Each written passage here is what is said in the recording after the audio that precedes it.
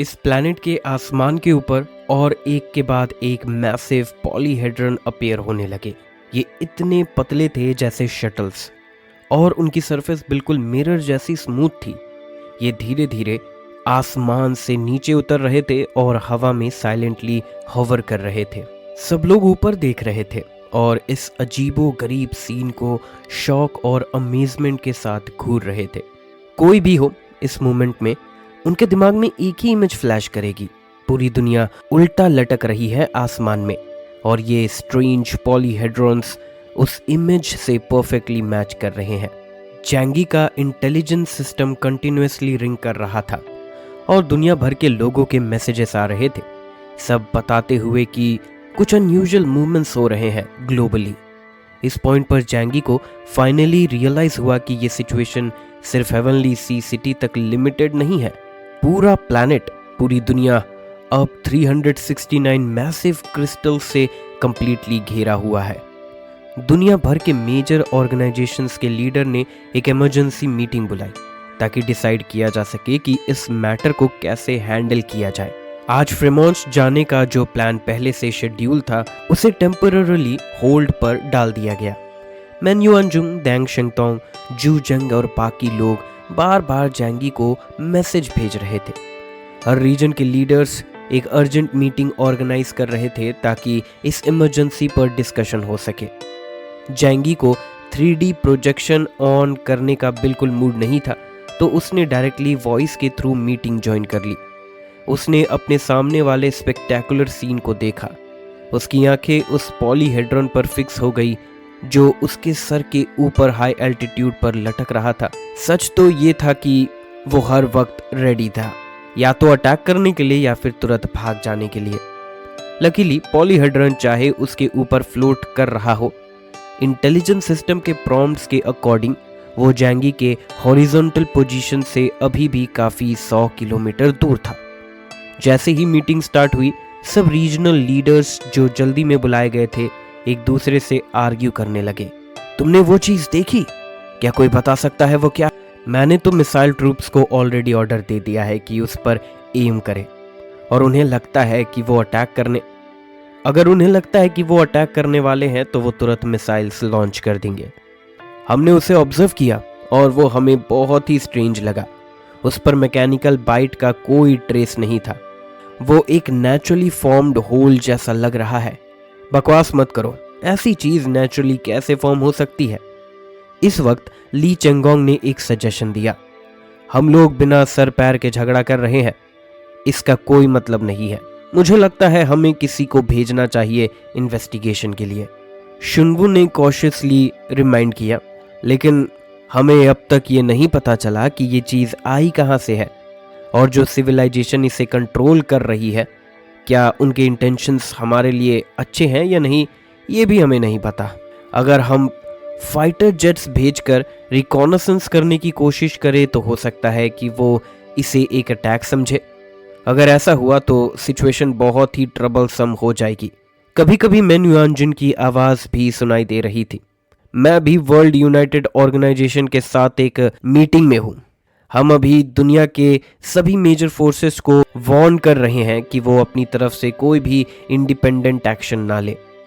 ली चेंगोंग ने कहा, fighter planes use करने के बजाय क्यों ना सिर्फ लोगों को भेजा जाए? केओस, तुम्हारी एबिलिटी तुम्हें अलाउ करती है कि बिना डिटेक्ट हुए तुम क्विकली अप्रोच कर सको, तो तुम क्यों नहीं जाके आसपास स्काउट कर लेते? जैंगी का शेनलू वैक्शियान फोर्स लेवल पर सभी मटेरियल्स को आइसोलेट कर सकता है, इसीलिए कोई भी रिकॉनेसेंस मेथड उस पर काम नहीं करती। जैंगी ने कहा, अगर वो लोग एक एडवांस सिविलाइजेशन है तो तुम कैसे श्योर हो कि वो मुझे डिटेक्ट नहीं कर पाएंगे? मुझे कोई रिस्क लेने में इंटरेस्ट नहीं है। ली चेंगोंग ने फिर कहा, लेकिन इस वक्त तुम्हारे अलावा और कोई कुछ भी नहीं कर सकता। मुझे क्या? जैंगी ने बस ठंडे लहजे में रिप्लाई दिया। वो कभी भी बिना कंफर्म किए दूसरे पार्टी के बैकग्राउंड के बारे में रैशली एक्ट नहीं करता। उसने पहले ही जोकीर और बाकी लोगों को सिग्नल दे दिया था कि वो उसके आसपास इकट्ठा हो जाए। अगर कोई भी एक्सीडेंट होता है तो वो तुरंत अपने लोगों को लेके वहां से निकल जाएगा। ली चेंगोंग थोड़े गुस्से में लग रहा था। केओस, तुम हमेशा ऐसे ही करते हो, तुम कभी भी ओवरऑल सिचुएशन का सेंस नहीं रखते। तो क्या कर लोगे, मारोगे मुझे? जैंगी ने स्नेयर करते हुए कहा। तुम? ली चंगोंग एक्सट्रीम गुस्से में था, लेकिन उसे ये भी पता था कि जैंगी कभी भी मोरल प्रेशर में नहीं आता, इसीलिए उसे समझाने का कोई फायदा नहीं था। लेकिन शुनबू ने भी जैंगी से कहा, केओस, ये सिचुएशन बहुत ही सडन है, हम सब में तुम सबसे स्ट्रांग हो और तुम्हारी एबिलिटी इन्वेस्टिगेशन के लिए परफेक्ट है, प्लीज एक बार और सोच लो। जैंगी ने अपने हाथ थोड़े ऊपर उठाए और डिस्डेनफुली कहा, ऑब्जर्व? क्या ऑब्जर्व करूं? अगर वो चीज़ें खुद से अपीयर ना करे तो हमारे जितने भी रिकॉनेसेंस इक्विपमेंट हैं वो उनकी एग्जिस्टेंस तक डिटेक्ट नहीं कर सकते। जो टेक्नोलॉजी पूरी दुनिया को आसमान में प्रोजेक्ट कर सकती है वो आज के ह्यूमन लेवल से कई हजार गुना ज़्यादा एडवांस्ड है। उसकी सरफेस इतनी स्मूथ और इंटीग्रेटेड है कि जब तक तुम उसका शेल तोड़ के अंदर नहीं जाते तुम कुछ भी नहीं कर सकते। तुम चाहते हो मैं वहां जाके क्या करूं? अपना चेहरा मिरर में देखूं? मीटिंग में एकदम सन्नाटा छा गया। जैंगी की बातों को सुनने के बाद सबको लगा कि उसकी बातों में कुछ तो सच है, लेकिन जब लोग एक ऐसे सीन का सामना करते हैं जो समझ से बाहर हो तो नेचुरली पैनिक होने लगता है। सबसे ज़्यादा एंजाइटी इस बात की थी कि उसके पास कुछ भी करने का कोई तरीका नहीं था। वो 369 पॉलीहेड्रन जो आसमान में हाई एल्टीट्यूड पर लटक रहे थे बिल्कुल भी मूव नहीं कर रहे थे, बस साइलेंटली हवा में फ्लोट कर रहे थे। इस वक्त यांग शिंगचिंग ने एक गेस किया, अगर ये पॉलीहेड्रॉन्स पूरे प्लैनेट में इवनली डिस्ट्रीब्यूटेड हैं तो हो सकता है कि ये किसी तरह के रिकॉनेसेंस डिवाइसेस हो जो सरफेस वर्ल्ड के बारे में सारी इंफॉर्मेशन कलेक्ट करने के लिए यूज़ हो रहे हों। यांग शिंगचिन की बात ने सबको एक नई डायरेक्शन दी, जैसे किसी सपने में सोए हुए को जगा दिया गया हो। अगर सामने वाली पार्टी एक एडवांस सिविलाइजेशन है तो नेचुरली उन्हें ह्यूमंस के साथ कोई ट्रिक खेलने की ज़रूरत नहीं है। तो सबसे बड़ी पॉसिबिलिटी ये है कि पूरी दुनिया को प्रोजेक्ट करना उनका एक तरीका है सरफेस वर्ल्ड के बारे में डेटा कलेक्ट करने का। लेकिन किसी ने कहा, हम ये पॉसिबिलिटी रूल आउट नहीं कर सकते कि इन पॉलीहेड्रन्स के पास कोई पावरफुल लिथैलिटी हो। ऊपर से सरफेस वर्ल्ड को स्पाई करना हो सकता है एक अटैक का सिग्नल हो। जैंगी की आईब्रोज टाइटली फरी हो गई थी। इस वक्त दुनिया बाहर के कंट्रीज और ऑर्गेनाइजेशंस के टॉप लीडर्स इस वक्त दुनिया भर के कंट्रीज और ऑर्गेनाइजेशंस के टॉप लीडर्स बिल्कुल फ्यूरियस हो चुके थे। वो लोग इस मैटर पर एक्साइटेडली डिस्कशन कर रहे थे। कुछ रेडिकल्स तो मिसाइल लॉन्च करके अटैक करने की बात कर रहे थे, जबकि मॉडरेट्स का मानना था कि सामने वाली पार्टी ने अब तक कोई अटैक इनिशिएट नहीं किया है। इसका मतलब है कि वो शायद अच्छे इंटेंशंस के साथ आए हैं। उनका कहना था कि किसी को भेजना चाहिए उनसे कम्युनिकेट करने के लिए। जैंगी को बस एक डल सी पेन फील हो रही थी अपने सर में। उसके दिमाग में एक ही बात बार बार घूम रही थी, फ्रेमोन्स की मैकेनिकल सिविलाइजेशन और आसमान में लटक रहे उस अजीब पॉलीहेड्रॉन के बीच जरूर कोई कनेक्शन है। अगर मैं गलत नहीं हूं तो हो सकता है ये दोनों एक ही सिविलाइजेशन से आए हों, लेकिन कहना मुश्किल है क्योंकि आज के टाइम में अंडरग्राउंड वर्ल्ड में काफ़ी सारी सिविलाइजेशंस एग्जिस्ट करती हैं। पूरा वर्ल्ड एक फॉग में छुपा हुआ लगता है, सिर्फ ह्यूमन वर्ल्ड ही है जो खुले में है। उसने अपनी आंखों के पास हाथ ले जाके अपनी ब्रोज रब की और सबसे कहा, सब लोग फोर्ट्रेस के अंदर चले जाओ, मुयान रेडी है सबको शैडो स्पेस में ले जाने के लिए। अगले कुछ दिनों तक पूरी दुनिया एक टेंशन फिल्ड स्टेट में थी। जैंगी को पूरा यकीन था कि इस तरह की चीज का अपीयर हो जरूर किसी बड़े एक्शन का सिग्नल होगा, लेकिन 3 दिन पलक झपकते ही बीत गए और वो पॉलीहेड्रॉन्स जो आसमान में हाई एल्टीट्यूड पर लटक रहे थे उन्होंने कोई भी फर्दर मूवमेंट नहीं किया। सब लोग नर्वस और एंशियस होकर इंतजार कर रहे थे।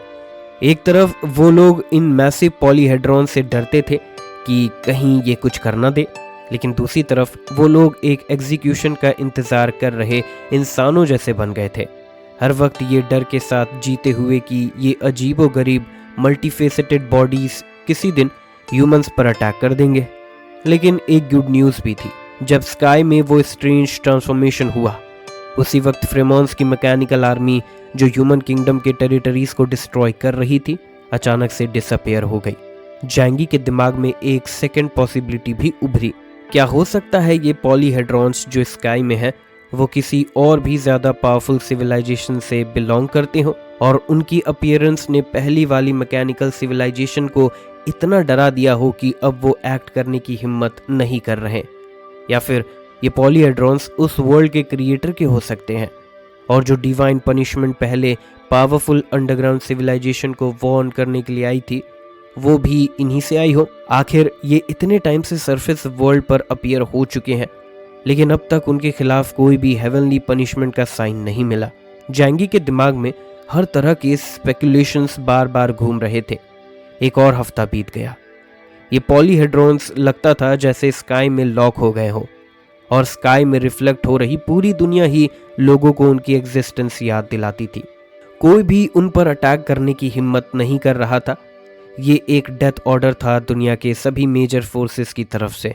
लोग धीरे धीरे इनकी प्रेजेंस के साथ एडजस्ट करने लगे थे और कुछ लोग तो ये भी बिलीव करने लगे थे कि ये एडवांस सिविलाइजेशन के बनाए हुए कुछ ऐसे डिवाइसेस हैं जो वर्ल्ड पीस को प्रोटेक्ट करने के लिए आए हैं, क्योंकि जब से ये अपीयर हुए हैं तब से दुनिया के अलग अलग एरियाज में हो रहे एबनॉर्मल मूवमेंट्स भी टेम्पररीली डिसअपेयर हो गए थे। लेकिन यांग शिनशिन को लगता था कि लोग कुछ ज़्यादा ही ऑप्टिमिस्टिक हो रहे हैं। ये सिर्फ डार्क फॉरेस्ट का लॉ है, उसने कामली कहा। जैंगी ने उससे पूछा कि उसका मतलब क्या है। यांग शिनशिन ने आसपास देखा और फ्रूट प्लेट से एक ऑरेंज उठाया। हमारी प्लैनेट बिल्कुल इस ऑरेंज जैसी है। ह्यूमंस उस ऑरेंज के छिलके पर रहने वाले माइक्रो ऑर्गेनिजम्स हैं। हम लाइट में हैं, हमारे ऊपर कुछ भी कवर नहीं है और हम सब कुछ क्लियरली देख सकते हैं। लेकिन ऑरेंज के छिलके के नीचे एक और भी ज़्यादा वास्ट स्पेस छुपा हुआ है। वो लोग ऑरेंज के छिलके में रैप्ड है, इसीलिए कोई नहीं जानता कि अंदर क्या है। ह्यूमैनिटी ने हजारों सालों तक सिविलाइजेशन डेवलप की है, लेकिन क्या हमने कभी अपने पैर के नीचे वाले प्लैनेट को थॉरोली स्टडी किया है? आंसर है नहीं। अंडरग्राउंड में एक अननोन सिविलाइजेशन एग्जिस्ट करती है और इतना बड़ा स्पेस सरफेस से कई 100 गुना ज़्यादा लाइफ को एकोमोडेट कर सकता है। अब मुझे लगता है कि हर सिविलाइजेशन सिर्फ वेगली अवेयर है दूसरी सिविलाइजेशन के एग्जिस्टेंस के बारे में। वो अलग अलग एरियाज में हैं और अलग अलग डेप्थ्स में छुपी होती हैं और किसी को नहीं पता कि दूसरी कितनी पावरफुल है। इसीलिए वो लोग अपनी वेयरअबाउट्स को केयरफुली हाइड करते हैं और साथ ही साथ दूसरी सिविलाइजेशन के बारे में इंटेलिजेंस गैदर करते हैं। जब वो बात कर रही थी उसने ऑरेंज का छिलका उतारा, एक ऑरेंज का पीस जैंगी के मुंह में डाला और स्माइल करते हुए कहा, तुम्हें याद है उस लॉस्ट स्टोन टैबलेट पर क्या रिकॉर्ड था? हो सकता है इस दुनिया में कुछ ऐसे रूल्स हों जो क्रिएचर्स को एक पिरामिड बनाने की परमिशन देते हो, जहां वो एक दूसरे को कंटिन्यूसली किल करते हैं और लाइफ एनर्जी को कंसंट्रेट करते रहें सिर्फ कुछ लोगों के ऊपर जो टॉप पर होते हैं। ये इंडिविजुअल्स के बारे में हो सकता है या फिर सिविलाइजेशंस के बीच के रिलेशनशिप के बारे में। हमें कॉन्स्टेंटली दूसरी सिविलाइजेशन का शिकार करना पड़ता है ताकि हम अपना लिविंग स्पेस गेन कर सके। जैंग को लगा कि यांग शिनशिन की बातें बहुत ही लॉजिकल है। अब वो हर दिन हेवनली सी सिटी के फोर्ट्रेस के टॉप पर बैठता है और ऊपर आसमान में लटक रहे उस स्ट्रेंज पॉलीहेड्रॉन को देखता है। 10 दिन पलक झपकते ही निकल गए। पहले तो टाइम इतना फास्ट पास होता कि कोई नोटिस भी नहीं करता, लेकिन ये 10 दिन पूरी दुनिया को एक टैंगल्ड और कॉम्प्लिकेटेड स्टेट में डाल चुके हैं। ये पॉलीहेड्रॉन्स अब इस दुनिया का एक हिस्सा बन गए हैं और उल्टे लटकते हुए वर्ल्ड के इमेज के साथ मिलके लोगों के डेली लाइफ का एक नॉर्मल पार्ट बन चुके हैं। जैंगी को हर दिन एक इम्पल्स होता है कि वो जाके पॉलीहेड्रॉन के वेसिनिटी में पर्सनली इन्वेस्टिगेशन करे, जैसे ली चंगोंग ने कहा था। लेकिन उसके अंदर जो कॉशियस हैबिट सालों में डेवलप हुई हैं वो उसे ऐसे थॉट्स से रोकती हैं। लेकिन ये थॉट दिन ब दिन स्ट्रांग होता जा रहा है। जैंगी समझ गया कि अगर ये सिचुएशन ऐसे ही चली तो एक दिन आएगा जब वो अपने अंदर के क्यूरियोसिटी और अनईजीनेस को कंट्रोल नहीं कर पाएगा, जो उसे पूरे दिन श्राउड करके रखती है, और वो खुद से जाके सच्चाई डिस्कवर करेगा। लेकिन ह्यूमंस कुछ भी सोचे, वो पॉलीहेड्रॉन को अब भी आसमान में सैटेलाइट्स की तरह हाई एल्टीट्यूड पर साइलेंटली लटक रहे हैं। आखिर इस साइलेंस में किसी से लोनलीनेस और अनसर्टेनिटी और टॉलरेट नहीं हुई। फ्रेमोन्स में अंडरग्राउंड मूवमेंट फिर से शुरू हो गई और इस बार स्केल और भी बड़ा था और कन्फ्लिक्ट और भी बड़ा इंटेंस। जैंगी को फ्रेमोन्स से एक रिक्वेस्ट फॉर हेल्प मिला, लेकिन इस बार एलेक्सी नहीं था बल्कि फ्रेमोन्स की डिप्लोमेटिक डिपार्टमेंट का एक ऑफिशियल था। उसने सिंसियरली बात की और उसकी आंखों में थोड़ा फियर भी था जब उसने जैंगी से हेल्प मांगी।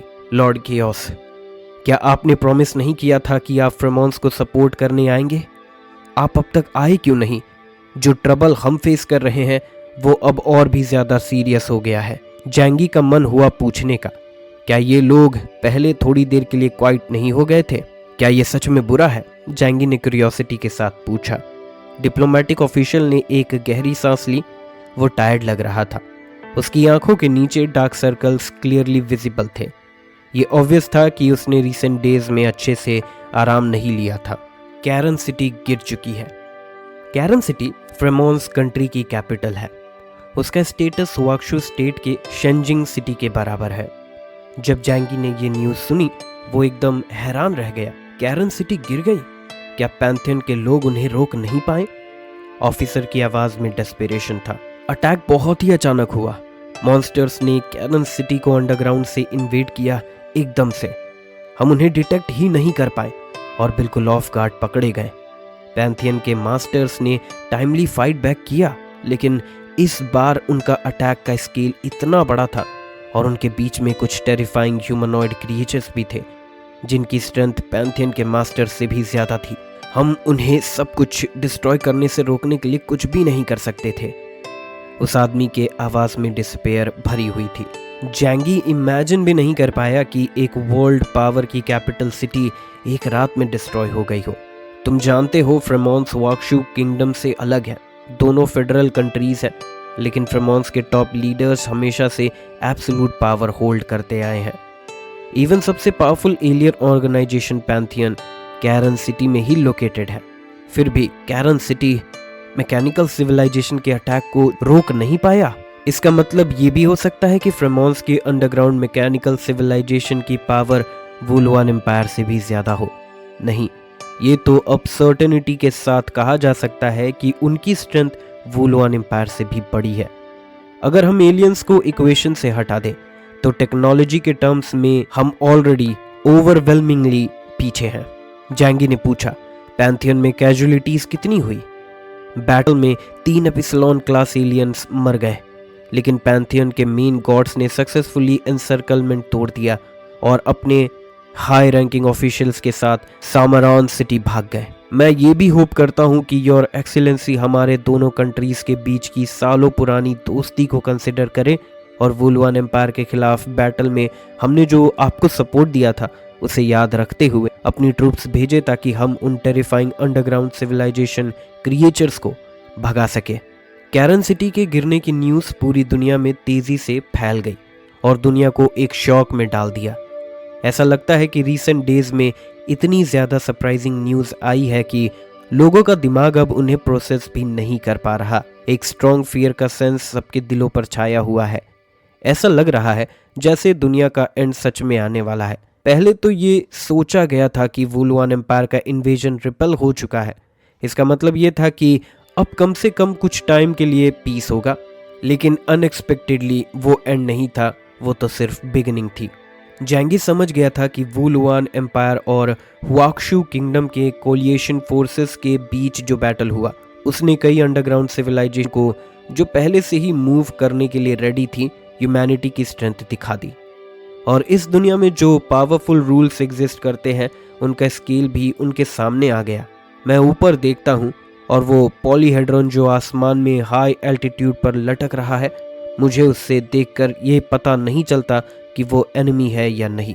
फ्रेमोन्स की मैकेनिकल सिविलाइजेशन ने पूरे कैपिटल कैरन सिटी को एक ही रात में डिस्ट्रॉय कर दिया। ये सब कुछ इतना अचानक हुआ कि सब लोग बिल्कुल ऑफ गार्ड पकड़े गए, लेकिन अब उनके पास सोचने के लिए ज्यादा टाइम भी नहीं बचा है। डिप्लोमेटिक ऑफिशियल ने जैंगी से दरख्वास्त की। जैंगी ने उसकी तरफ देखा और सीरियसली नॉड किया। चिंता मत करो, मैं तुम्हारी सपोर्ट के लिए आ रहा हूँ। मैं पूरे फ्रेमोन्स के लोगों की तरफ से आपको अपना हार्टफेल्ट ग्रैटिट्यूड एक्सप्रेस करता हूँ, डिप्लोमेट ऑफिशियल ने कहा। उसने डीपली बो किया, फिर कॉल एंड किया और बाकी कंट्रीज और इंटरनेशनल ऑर्गेनाइजेशन से कांटेक्ट करना कंटिन्यू किया जो फ्रेमोन्स की हेल्प कर सकती थी। जैंगी हेवनली सीसीटी फोर्ट्रेस के टॉप पर बैठा था और उसने अपना सर उठाया और इंटेलिजेंस सिस्टम का यूज करके जूम इन किया, पॉलीहेड्रन को केयरफुली ऑब्जर्व करते हुए। उसने यांग शिनशिन को एक मैसेज भेजा और उसे बुला लिया। यांग शिनशिन तुरंत उसके पास आई और उसके बगल में बैठ गई। जैंगी ने उसे अभी अभी जो हुआ वो सब बताया। यांग शिनशिन की आंखों में एक शॉक का फ्लैश आया, लेकिन उसने क्विकली अपना कंपोजर वापस ले लिया।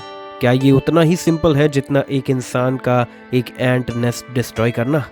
सबके ओपिनियन में ये इम्पॉसिबल था कि फ्रेमोन्स जैसा पावरफुल कंट्री एक इंस्टेंट में अपनी कैपिटल खो दे, लेकिन उन पावरफुल अंडरग्राउंड सिविलाइजेशन के लिए ये बिल्कुल उतना ही इजी है जितना एक एंट नेस्ट डिस्ट्रॉय करना। मुझे ये सोचकर सरप्राइज हो रहा था कि उन्हें गॉड्स की तरफ से पनिशमेंट क्यों नहीं मिला। क्या ये इसीलिए है क्योंकि उन्होंने मैकेनिकल आर्मी भेजी थी? जब तक वो लिविंग क्रिएचर नहीं है तब तक वो हेवेंस पनिशमेंट के जजमेंट से बच सकता है। लेकिन मुझे याद है उसने अभी अभी कहा था कि कैरन सिटी के इन्वेजन के टाइम ह्यूमनॉइड क्रिएचर भी अपेयर हुए थे। जैंगी एक सॉफ्ट और कंफर्टेबल रेक्लाइनर पर लेटे हुए था, दोनों हाथ को अपने सर के पीछे रखकर आसमान की तरफ देख रहा था। यांग शिनशिन ने उसे कंसोल किया, लेकिन एक बात अब कंफर्म हो चुकी है, चाहे कैरन सिटी गिर गई हो, लेकिन इसका मेन रीज़न ये था कि उनकी टेक्नोलॉजिकल सिस्टम्स अंडरग्राउंड से लॉन्च हुआ अटैक डिटेक्ट करने में फेल हो गए। एक कैपिटल सिटी का गिरना कोई सीरियस डैमेज नहीं करेगा। आखिर पैंथियन की मेन फोर्स अभी भी वहां है, तो करंट सिचुएशन उतनी बुरी नहीं है जितना पहले इमेजिन की गई थी। जैंगी ने ये सुन के थोड़ा रिलीफ फील किया। उसने नॉड किया और कहा, सही बात है, अगर ऐसा है तो चलो एक्शन लेते हैं।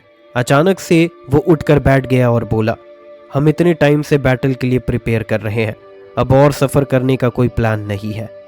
कल हम फ्रेमोन्स के लिए निकल रहे हैं। जैंगी की आंखों में एक फर्म डिटर्मिनेशन था, वो और ज्यादा पॉलीहेड्रॉन के एग्जिस्टेंस से मेंटली डिस्टर्ब रहना नहीं चाहता था। यांग शिनशिन जैंगी को बहुत अच्छी तरह जानती थी। उसने आसमान की तरफ पॉइंट किया और कहा, तुम्हारा मतलब है वो चीज़। इस पीरियड में उन्होंने मैनकाइंड के सभी टेक्नोलॉजिकल टूल्स का यूज़ करके उसे रिमोटली सर्वे करने की कोशिश की, लेकिन एंड में कुछ भी नहीं मिला, सिर्फ एक सीमलेस मिरर जैसा अपीयरेंस ही दिखाई दिया। जैंगी ने नोट किया, फिर वो खड़ा हो गया। लंबी सोच विचार के बाद उसने फाइनली अपना डिसीजन ले लिया था। कम से कम अभी तक इन पॉलीहेड्रॉन्स ने ह्यूमन वर्ल्ड पर कोई अटैक लॉन्च नहीं किया है। ये ज़रूर किसी टॉप लेवल टेक्नोलॉजिकल सिविलाइजेशन के मास्टरपीसेस होंगे। जैंगी उन पर अटैक नहीं करेगा। अगर वो बस क्लोज डिस्टेंस से स्पाई करे तो शायद उस सिविलाइजेशन को प्रोवोक नहीं करेगा जो इनके पीछे है। आखिर ह्यूमंस ऑलरेडी रडार और सैटेलाइट से स्कैन कर चुके हैं, तो क्लोज ऑब्जर्वेशन में कोई इशू नहीं होना चाहिए। सेफ्टी के लिए जैंगी ने फुल आर्मर पहना, फिर डायमेंशनल डोर ओपन किया और केयरफुली आसमान में फ्लाई कर गया। उसका हार्ट फास्ट बीट कर रहा था और जल्द ही वो पॉलीहेड्रॉन के पास पहुंच गया। सिर्फ जब तुम उसके क्लोज जाते हो तब तुम्हें उसकी एक्चुअल साइज का एहसास होता है। दुनिया का सबसे बड़ा स्काई स्क्रेपर भी उसके आधे साइज का नहीं है। उसका डायमंड शेप्ड पॉलीहेड्रॉन और मिरर लाइक सरफेस तुरंत जैंगी का रिफ्लेक्शन दिखाने लगा जब वो उसके पास गया। जब जैंगी अपना सर उठाता है, उसे अपना रिफ्लेक्शन आसमान में दिखाई देता। जैंगी उसके अराउंड वॉक करता रहा और उसे केयरफुली ऑब्जर्व करता रहा। उसकी एबिलिटी ट्रैकिंग एवरीथिंग किसी भी रिस्क को प्रेडिक्ट कर सकती है जो अगले 3 सेकंड में आने वाले हो। लेकिन इसके अलावा उसके पास एक और यूजफुल एबिलिटी है, सिक्स्थ सेंस। ये सिर्फ क्राइसिस प्रेडिक्ट नहीं करती, बल्कि किसी भी ऐसे एग्जिस्टेंस के लिए वार्निंग साइन रेस करती है जो जैंगी के लिए थ्रेट बन सकता हो। लेकिन जब जैंगी ने उसके अराउंड केयरफुली वॉक किया तो डेंजर का कोई साइन अपेयर नहीं हुआ।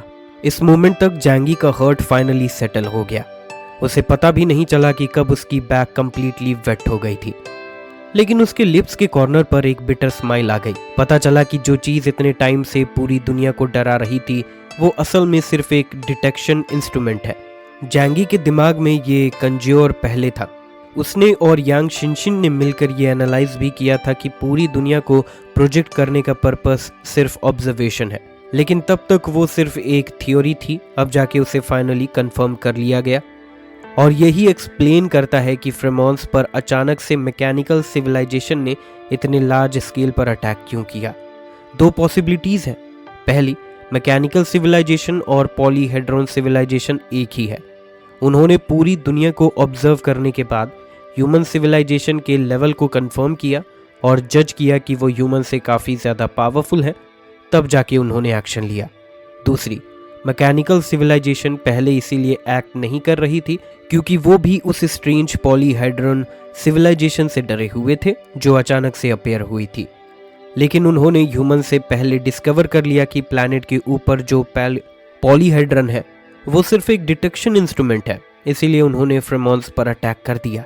दोनों एक्सप्लेनेशन परफेक्टली प्लॉजिबल है, बिल्कुल वैसे ही जैसे वुलुआन एम्पायर ने ह्यूमन वर्ल्ड पर इन्वेड करने से पहले जायंट चिंचिलाज और स्काउट्स भेजे थे ताकि ह्यूमन सिविलाइजेशन की स्ट्रेंथ टेस्ट की जा सके, तभी वो एक्शन लेने की हिम्मत कर पाए। डार्क फॉरेस्ट में कोई किसी के स्ट्रेंथ को नहीं जानता।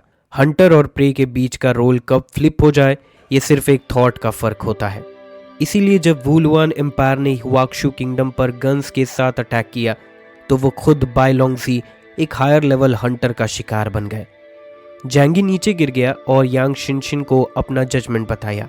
अभी के लिए तो लगता है कि आसमान में लटक रही वो चीज सिर्फ इंस्ट्रूमेंट है जो ह्यूमन सिविलाइजेशन की इंटेलिजेंस एक्सप्लोर करने के लिए यूज हो रही है, लेकिन सेफ्टी के लिए इस बार हमें पूरा हेवनली सी सिटी फोर्ट्रेस अपने साथ ले जाना होगा। अगर उसका जजमेंट गलत निकला तो कम से कम उसका फाउंडेशन डैमेज नहीं होगा। हेवनली सी सिटी में सिर्फ कुछ 10,000 ऑर्डिनरी रेसिडेंट्स और लेबर्स को छोड़ दिया गया ताकि वो हेवनली सी सिटी का कंस्ट्रक्शन कंटिन्यू कर सके। ये इसीलिए नहीं था कि जैंगी क्रूएल है, बल्कि मुयान का शैडो स्पेस सिर्फ कुछ हजार लोगों को ही नॉर्मली एकोमोडेट कर सकता है। यांग शिनशिन ने सर नॉड किया, उसने कोई ऑब्जेक्शन एक्सप्रेस नहीं किया। और रही बात ये न्यूज़ दूसरों को बताने की, जैंगी के लिप्स पर एक स्माइल आ गई। बिल्कुल भी नहीं, वो फ्रेमोन सिर्फ गुड डीड्स करने नहीं जा रहा था, वो इस अपॉर्चुनिटी का यूज़ करना चाहता था ताकि एडवांस सिविलाइजेशन से कुछ फ़ायदा उठाया जा सके। बाकी कंट्रीज़ और ऑर्गेनाइजेशंस को पॉलीहेड्रॉन सिविलाइजेशन के फियर में ही इमर्स्ड रहने दो, लेकिन लीड लेना उसका काम है। जैंगी अभी डिपार्चर के लिए रेडी हो ही रहा था कि अनएक्सपेक्टेड पर्सन हेवनली सी सिटी आ गया। उसका पुराना दोस्त डैंग शिंगतोंग हेवनली गॉड टीम के मेंबर्स के साथ फुल्ली आर्म्ड स्टेट में हेवनली सी सिटी आया। जब उसने जैंगी को देखा तो वो फ्रेंडली स्माइल के साथ भागता हुआ उसकी तरफ आया, हाथ हिलाते हुए चिल्लाया, जैंगी, तुम्हें देखकर कितनी खुशी हो रही है। जैंगी को तुरंत लगा कि कुछ तो गड़बड़ है। इस सिचुएशन में अगर ये बंदा उससे मिलने आया है तो जरूर कुछ ना कुछ चल रहा है। रुको रुको, तुम यहाँ कैसे आ गए? उसने डैंग शिंगतोंग की तरफ क्यूरियोसिटी भरी नजर से देखा। डैंग शिंगतोंग बिना किसी हेजिटेशन के उसके पास आया, उसका हाथ पकड़ा और स्माइल करते हुए बोला, मैंने सुना है तुम अपने पूरे परिवार को फ्रेमोन्स ले जाने वाले हो, है ना? उसकी आंखों में एक प्लेफुल सी चमक थी। जैंगी ने उसकी तरफ आंख घुमाई। तुम ऐसे क्यों बोल रहे हो जैसे मैं इमिग्रेशन कर रहा हूँ? मैं जब भी किसी मिशन पर जाता हूँ अपना पूरा परिवार साथ ले जाता हूँ। डैंग शिंगतोंग ने अपनी नाक की तरफ पॉइंट किया और स्माइल करते हुए बोला, तो इस बार मुझे भी साथ ले चलो। जैंगी ने डैंग शिंगतोंग की तरफ देखा। बहुत कम लोगों को पता था कि वो फ्रेमोन्स जा रहा है। सिर्फ हर रीजन के टॉप लीडर्स ने ही ये बात सुनी थी, लेकिन डैंग फैमिली के कनेक्शंस को देखते हुए ये इन्फॉर्मेशन उन तक पहुंच जाना कोई सरप्राइजिंग बात नहीं थी। लेकिन इस वक्त दुनिया दिन ब दिन अनप्रिडिक्टेबल होती जा रही है और डेंजर किसी भी मोमेंट आ सकता है। तो डैंग शिंगतोंग ऐसे वक्त में मेरे साथ फ्रेमोन्स जाने के लिए एडवेंचर क्यों लेना चाहता है? तुम क्यों फॉलो करना चाहते हो? तुम्हें पता भी है फ्रेमोन्स अब कैसा है? जैंगी ने पूछा। डैंग शिंगतोंग ने स्माइल किया और जवाब दिया, ऑफ कोर्स मुझे पता है, एक नई अंडरग्राउंड सिविलाइजेशन इमर्ज हुई है और उसने कैरन सिटी को एक ही रात में डिस्ट्रॉय कर दिया। उसकी आंखों में एक ब्रिलियंस की चमक थी। इसीलिए तो मैं तुम्हारे साथ जाना चाहता हूँ, क्योंकि मुझे लगता है कि ये एक ऐसा बड़ा अपॉर्चुनिटी है जो मैं मिस नहीं कर सकता। डैंग शिंगतोंग उन लोगों में से है जो मिलियंस में एक जीनियस कहलाते हैं। अगर प्रोपोर्शन के हिसाब से देखा जाए तो ये कहना भी एग्जैजरेशन नहीं होगा कि वो 1 लाख में एक या 1 मिलियन में एक जीनियस है। लेकिन दुनिया के एंड के बाद उसकी स्ट्रेंथ एक ऑकवर्ड सिचुएशन में आ गई थी, क्योंकि जिनके साथ वो अपने आप को कंपेयर करता था वो सब टॉप टियर म्यूटेंट्स थे। जैंगी, गाओ चेंगकोंग, होतू जैसे लोग। चाहे उसने अब एपिसलोन लाइफ लेवल क्रॉस कर भी लिया हो, वो अभी भी सिर्फ व्हाइट चैरियट लेवल तक ही पहुंच पाया है। एबिलिटी इंडेक्स के टर्म्स में भी वो फ्लावर और लियांग यू से नीचे ही आता है। इसीलिए वो अपनी स्ट्रेंथ को इम्प्रूव करने के लिए डेस्परेट था। मुझे पता है जू जंग ने तुमसे कांटेक्ट किया है और चाहता है कि जू यू तुम्हारे साथ जाए, लेकिन मैं तुम्हें अच्छी तरह जानता हूँ। तुम कभी किसी ऐसे इंसान को साथ नहीं ले जाना चाहोगे जिसके जीन्स तुम्हारे मोर्टल एनिमी के हो। तुम बहुत ज़्यादा स्टीडी हो, लेकिन मैं अलग हूँ। मैं तुम्हारा पार्टनर हूँ और मैं भी एपिसलोन से हूँ। अगर तुम मुझे साथ ले जाओगे तो मैं हमेशा तुम्हारी हेल्प कर सकता हूँ। जैंगी ने अपनी आईब्रोज रेस की। हेल्प मिलना ऑब्वियसली एक अच्छी बात थी, और अगर हाई लेवल एलियंस की बात करें जो 6 मेजर रीजन्स में है, तो अगर सच में किसी के साथ उसका रिलेशन जेन्युइनली अच्छा था तो वो दैंग शेंगतोंग ही था। क्या ही पॉपुलैरिटी है मेरी। तुम्हें पता है वहाँ जाना बहुत डेंजरस है, लोग मर भी सकते हैं। जैंगी ने दैंग शेंगतोंग को वार्न किया। टेम्पल ऑफ गॉड्स को इस अंडरग्राउंड सिविलाइजेशन के सामने रिट्रीट करना पड़ा। अगर व्हाइट चैरियट वहाँ गया तो हाई प्रोबेबिलिटी है कि वो मर जाएगा। दैंग शेंगतोंग ने स्माइल किया और बोला, इसीलिए तो मैं तुम्हारे साथ जाना चाहता हूँ। मैं तुम्हें अच्छी तरह जानता हूँ। जब तक मैं तुम्हारे साथ हूँ मैं सबसे सेफ रहूँगा। उसने अपनी नैरो पीच ब्लॉसम आईज खोली और उसका एक्सप्रेशन थोड़ा सीरियस हो गया। यही तो रीज़न है कि मैं तुम्हारे साथ जाना चाहता हूँ, क्योंकि मुझे लगता है कि ये दुनिया दिन ब दिन अनसेफ होती जा रही है। उसने ऊपर आसमान की तरफ देखा। कोई नहीं जानता कल क्या होगा। सिर्फ अपने आप को स्ट्रॉन्ग बनाकर ही तुम सेफ फील कर सकते हो। उसने अपना राइट हैंड अपने चेस्ट पर रखा और अपने दिल की धड़कन को महसूस किया। लाओ ज़ैंग, अब मैं तुम्हें पहले से भी ज्यादा समझने लगा हूँ। पहले दैंग शेंगतोंग एक बड़े फैमिली का हेयर था। उसके पास वेल्थ थी, पावर थी, फेम थी, वो सब कुछ जो दुनिया का हर आदमी सपने देखता था। इसीलिए उसे कभी किसी चीज की चिंता करने की जरूरत नहीं पड़ती थी। लेकिन जब सामने एक हायर लेवल सिविलाइजेशन होती है तो दुनिया की सारी चीजें एक इल्यूजन बन जाती है। सिर्फ अपनी खुद की स्ट्रेंथ ही सबसे इंपॉर्टेंट होती है। दैंग शेंगतोंग ने ये बात क्लियरली समझ ली थी। जैंगी ने सोचा, ये लड़का तो रिसेंट डेज में काफ़ी आइडियोलॉजिकल अवेयरनेस गेन कर गया है, लेकिन जैंगी इजीली इम्प्रेस्ड होने वालों में से नहीं था। उसने अपना हाथ क्रॉस किया और दैंग शेंगतोंग की तरफ भारी नज़रों से देखा। जो तुमने कहा वो सही है, लेकिन मेरे पास अभी भी एक सवाल है। दैंग शेंगतोंग तुरंत बोला, हाँ तो पूछो ना। जैंगी ने पूछा, मैं तुम्हें अपने साथ क्यों ले जाऊं? व्हाइट चैरियट क्लास एपिसलोन होने के बावजूद जब मैं किसी मुश्किल में हूं तो तुम मुझे ज़्यादा हेल्प नहीं कर पाओगे। तुम्हारे पोटेंशियल हेल्प के कंपैरिजन में तुम्हें प्रोटेक्ट करने की रिस्पॉन्सिबिलिटी मुझे ज़्यादा ट्रबलसम लगती है। ऊपर से मैं अपने स्पॉइल्स तुम्हारे साथ शेयर भी करूं। दैंग शेंगतोंग के चेहरे पर स्माइल और इंटेंस हो गई। उसने अपनी नाक टच किया और बोला, जैंगी, तुम अभी भी वैसे ही हो जैसे पहले थे। उसने एक चाय लिया और आराम से बोला, लेकिन थैंकफुली मैं तुम्हें बहुत अच्छी तरह जानता हूँ। चिंता मत करो, इस मैटर में मैं तुम्हें किसी भी तरह का लॉस नहीं होने दूंगा।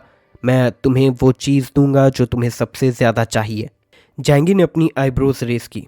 अच्छा, और वो क्या है? इंटेलिजेंस। दैंग शेंगतोंग ने ये 2 वर्ड स्लोली अटर किए। जैंगी ने तुरंत उसकी तरफ देखा और उसका हार्ट फास्ट बीट करने लगा। तुम मुझे फ्रोमॉन्स के बारे में इंफॉर्मेशन दे सकते हो? उसने पहले मैन्युआन जो उन्होंने जैंगी को दी वो काफ़ी वेग थी। फ्रेमॉन्स एक ऐसा वर्ल्ड क्लास पावर है और वो अपनी इंटरनल इंटेलिजेंस को बहुत अच्छी तरह प्रोटेक्ट करता है। वो इजीली इंटरनल इंफॉर्मेशन लीक नहीं करता। बाद में बैटलफील्ड पर अनएक्सपेक्टेड सिचुएशन एक के बाद एक होती गई और वो लोग खुद भी ओवरऑल सिचुएशन को प्रॉपरली समझ नहीं पाए। जैंगी को समझ नहीं आया कि दैंग शेंगतोंग को ऐसी बात बोलने का कॉन्फिडेंस आया कहाँ से। दैंग शेंगतोंग ने फेंटली स्माइल किया। मत भूलो, हमारा दैंग फैमिली, उनके कनेक्शंस पूरी दुनिया में है, फ्रेमॉन्स में भी। सरफेस पर दैंग फैमिली एक ऐसी फैमिली के रूप में जानी जाती है जो दुनिया की एडवांस टेक्नोलॉजी को मास्टर करती है। लेकिन सीक्रेटली उनके पास एक एक्सट्रीमली पावरफुल इंटेलिजेंस सिस्टम भी है। इसी वजह से चाहे उनके पास एक्सट्रीमली पावरफुल आर्म्ड फोर्सेस ना हो और टॉप लेवल एक्स्ट्राऑर्डिनरी इंडिविजुअल्स की कमी हो, फिर भी वो हुआक्शू कंट्री के टॉप फैमिलीज में शामिल है। इस केओटिक दुनिया में इंटेलिजेंस सबसे ज्यादा इंपॉर्टेंट चीज है। पिछले डुअल में जो जैंगी और ली चेंगोंग के बीच में हुआ था, अगर दैंग शेंगतोंग ने टाइमली इंटेलिजेंस प्रोवाइड नहीं की होती तो शायद जैंगी को बैटल जीतने में बहुत मुश्किल होती या शायद वो हार जाता। लेकिन उस बैटल की कॉस्ट भी बहुत हाई थी। बाद में ली चेंगोंग को रियलाइज हुआ कि उसे उसके अपने लोगों ने बिट्रे किया है। वापस जाने के बाद उसने एक पर्ज लॉन्च किया और नॉर्थ वेस्ट रीजन में दैंग शेंगतोंग के कई इंपॉर्टेंट इंटेलिजेंस लाइन को खत्म कर दिया। दैंग ने जैंगी को अपने ये मैजिकल पावर्स डायरेक्टली नहीं बताए, सिर्फ थोड़ा वेग हिंट दिया था। अगर ये सब ना होता तो जैंगी दैंग फैमिली को सपोर्ट करने के लिए इतने रिसोर्सेस इन्वेस्ट नहीं करता। इसी वजह से दैंग शेंगतोंग अपनी नई टीम ऑफ गॉड्स के साथ जैंगी के साथ फ्रेमोंस जाने के लिए रेडी हुआ। फ्रेमोंस जाने के लिए जैंगी ने स्पेस ट्रैवल का यूज़ नहीं किया बल्कि स्नो पियर्सर चूज़ किया, क्योंकि फ्रेमोंस पहुंचने से पहले उसके पास दैंग शेंगतोंग से पूछने के लिए कई सवाल थे और उसे वो सब कुछ पता करना था जो उसके लिए ज़रूरी था। नहीं तो तुम वैसे ही एक्ट करोगे जैसे अभी कर रहे हो, बिना सर पैर के उड़ते हुए एक हेडलेस फ्लाई की तरह। अब जब तुमने डिसाइड कर लिया है कि मेरे साथ एक्शन लेना है तो मुझे बताओ तुम्हारा प्लान क्या है। फ्रेमोंस पहुंचने के बाद हमें क्या करना चाहिए? जैंगी ने दैंग शेंगतोंग की तरफ एक इंक्वायरिंग लुक से देखा। दैंग शेंगतोंग ने स्माइल किया और पूछा, तुम्हारे ओरिजिनल प्लान के अकॉर्डिंग क्या तुम समारान सिटी जाने वाले थे ताकि पैंथियन से मिल सको और फिर उनके इंस्ट्रक्शंस फॉलो करके मैकेनिकल सिविलाइजेशन के लीजन से लड़ सको? जैंगी ने कुछ नहीं कहा, लेकिन अंदर ही अंदर उसने एग्री किया। दैंग शेंगतोंग के हाथ में एक कप ब्लैक टी था। उसने स्टीमिंग हॉट टी का सिप लिया और फिर उसे एलिगेंटली टी ट्रे पर रख दिया। अगर तुम ऐसा करते हो तो तुम्हें एक गन की तरह यूज किया जाएगा। पैंथियन में कुछ बहुत ही कनिंग लोग हैं, वो तुम्हारी पूरी वैल्यू को स्क्वीज करने की कोशिश करेंगे। शायद वो तुम्हें ऐसा काम भी दे जो तुम्हारी जान ले सकता हो। जैंगी ने आंखें घुमाई। ये तो मुझे पता ही है, इसीलिए तो मैं तुमसे एडवाइस मांग रहा हूँ। दैंग शेंगतोंग ने एक ब्यूटीफुल स्माइल दिखाई। उसने जैंगी के क्वेश्चन का तुरंत जवाब नहीं दिया बल्कि धीरे से दूसरी बातें करना शुरू किया। फ्रेमोंस के अनयूजुअल बिहेवियर के साइंस आधा साल पहले ही दिखने लगे थे। वैसे मेरी जो इन्फॉर्मेंट है वो फ्रेमोंस और हुआक्शू का हाइब्रिड है और दोनों कंट्रीज के बीच एक फ्री एलियन के रूप में ऑपरेट करती रही है। ऑफ कोर्स ये तो सिर्फ सरफेस लेवल पर है। एक्चुअल में वो फ्रेमोंस के कुछ डिपार्टमेंट मैनेजर्स के साथ इंफॉर्मेशन एक्सचेंज करने का काम भी करती है। जैंगी ने दैंग शेंगतोंग की तरफ ग्लांस किया और बोला, तो ये तो इंटरनल अफेयर्स हो गए। दैंग शेंगतोंग ने श्रक किया, कुछ भी अजीब नहीं है, ये तो नॉर्मल है। हुआक्शू कंट्री के मेजर रीजन्स में भी दूसरी कंट्रीज और फोर्सेस के स्पाइज होते हैं। बस फर्क ये है कि हुआक्शू स्टेट अब अपने इंटरनल अफेयर्स को स्ट्रिक्टली मैनेज कर पाता है। कम से कम इतना तो इंश्योर कर ही सकता है कि अगर स्पाइज हो भी तो उनके लिए इंपॉर्टेंट इंटेलिजेंस को इंफॉर्मेशन चैनल्स के थ्रू पास करना मुश्किल हो जाता है। लेकिन फ्रेमोंस अलग है। उनकी पॉपुलेशन, नेशनल स्ट्रेंथ और टेक्नोलॉजी सब हमसे पीछे है। अगर उनका पहले का फाउंडेशन नहीं होता तो वो कब का एक सेकंड रेट फोर्स बन चुका होता। ऊपर से कुछ इंटरनल रीजंस भी हैं। उसने जैंगी की तरफ एक मीनिंगफुल विंक किया। तो हमें सिर्फ एक सर्टेन प्राइस देना होता है ताकि हम उनसे इंपॉर्टेंट इंफॉर्मेशन ले सके। जैंगी ने स्नीयर किया, ये तो सरप्राइजिंग नहीं है। ब्रोकर्स सिर्फ अपने इंटरेस्ट के बारे में सोचते हैं। आखिर उनका फैमिली और कैपिटल तो कब का कहीं और शिफ्ट हो चुका है। दैंग शेंगतोंग ने कंटिन्यू किया, हमने इंटेलिजेंस चैनल ओपन कर लिए हैं, लेकिन इसीलिए हमें फ्रेमोंस के पास्ट फ्यू ईयर्स के सभी इंपॉर्टेंट इंटेलिजेंस का पता है। अभी के लिए हम फ्रेमोंस जा रहे हैं। मेरा सजेशन है कि डायरेक्टली फार ईस्ट रीजन चलें। मुझे लगता है अगर तुम फ्रेमोंस से रिक्वेस्ट करोगे तो वो मना नहीं कर पाएंगे।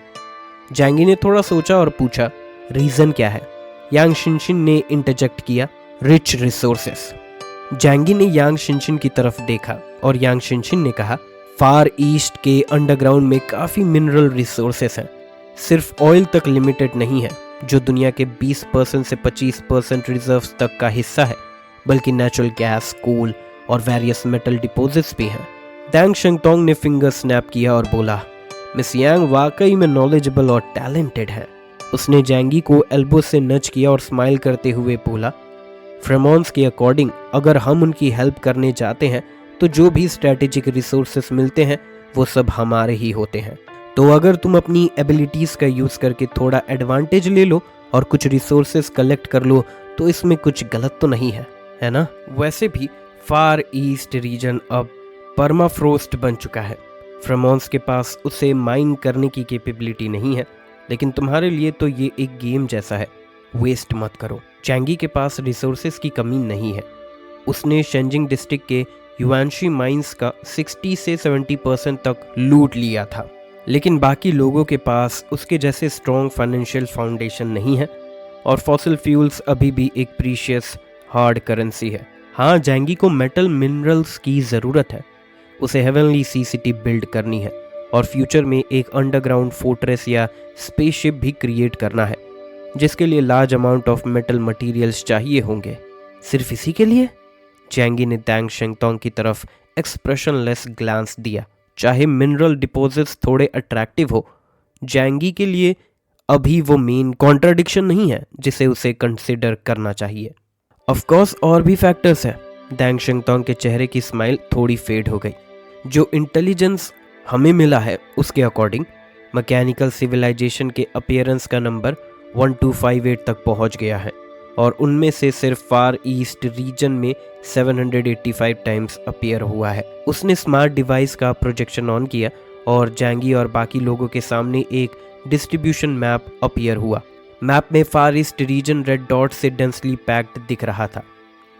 दैंग शिंगतोंग ने मैप को बड़ा किया और फिर जैंगी ने क्लियरली देखा, एक के बाद एक मैसिव डीप पिट्स। सबसे बड़ा पिट तो पूरी एक सिटी को हॉलो आउट कर चुका था। ये एक सुपर केव थी जिसका डायमीटर कई 100 मीटर तक का था और इतनी गहरी थी कि बॉटम तक कुछ भी दिखाई नहीं देता। ये क्या है, कौन जाने? दैंग शिंगतोंग ने अपना सर हिलाया। लेकिन मेरा गैस है कि फ्रेमोन्स में जो मैकेनिकल लीजन्स एक्ट कर रहे हैं वो शायद कुछ डिग करने के लिए आए हैं। उसने जैंगी की तरफ एक मीनिंगफुल लुक दिया। ये केव तुम्हें कुछ याद नहीं दिलाती? जैंगी को अचानक याद आया फ्रेमोन्स के प्रीडिसेसर्स का वो प्लान जिसके बारे में यांग शिनशिन ने बताया था, प्लैनेट को ड्रिल करने का प्लान। उस टाइम ड्रिलिंग डेप्थ 10,000 मीटर से भी ज्यादा तक पहुंच चुकी थी। दैंग शिंगतोंग ने विंडो के बाहर देखा। ट्रेन अंडरग्राउंड में एक जायंट ड्रैगन की तरह रन कर रही थी और विंडो के बाहर लाइट्स फ्लैश कर रही थी, एक कंटिन्यूअस स्ट्रीम में जुड़ती हुई। उस टाइम मैसिव अमाउंट ऑफ पैसा, मैन पावर और टाइम सिर्फ एक मीनिंगलेस रिकॉर्ड बनाने के लिए खर्च किया गया था। वो इम्पॉसिबल लगता है। जरूर फ्रेमोन्स के नीचे कुछ छुपा हुआ है। मैकेनिकल सिविलाइजेशन के लोग उसके लिए एक्सट्रीमली डेस्परेट है। जैंगी ने फ्रॉन किया और दैंग शिंगतोंग की तरफ ग्लैंस किया।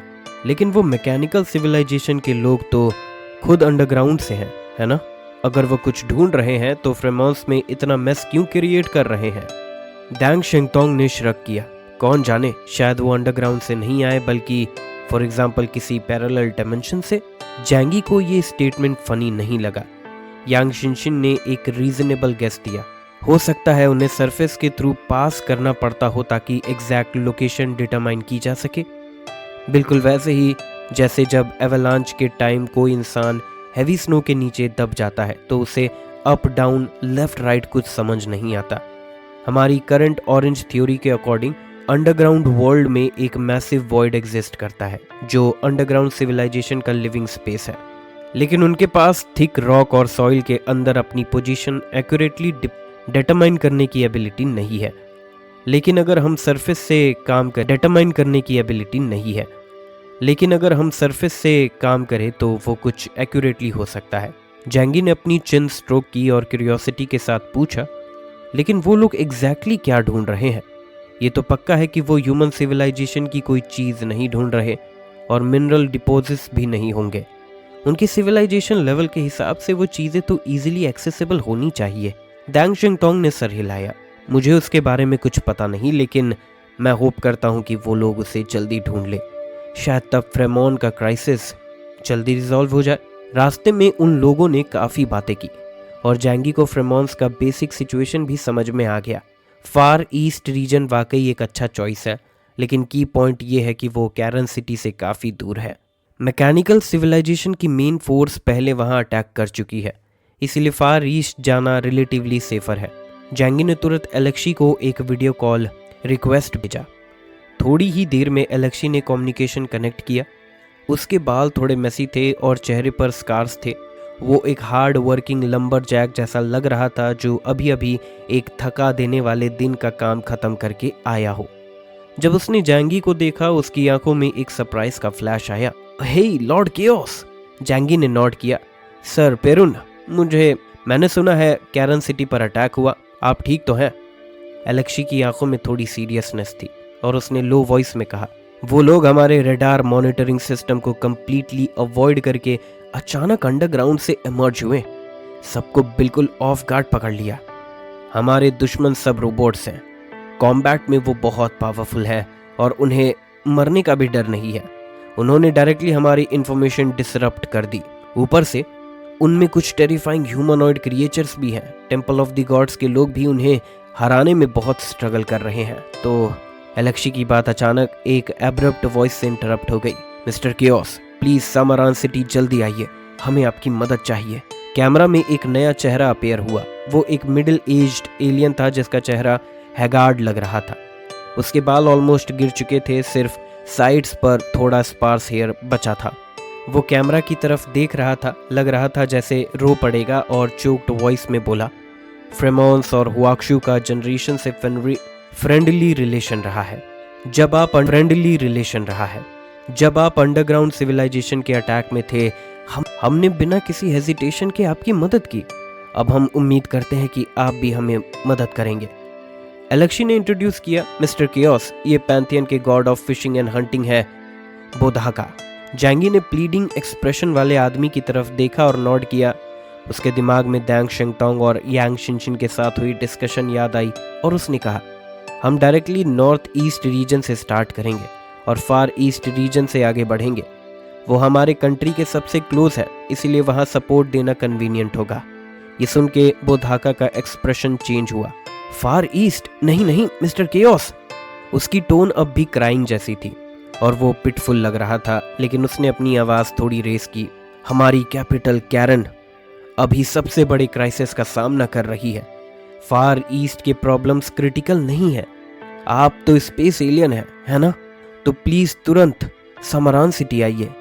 आपकी एबिलिटी हमारे लिए बहुत इंपॉर्टेंट है।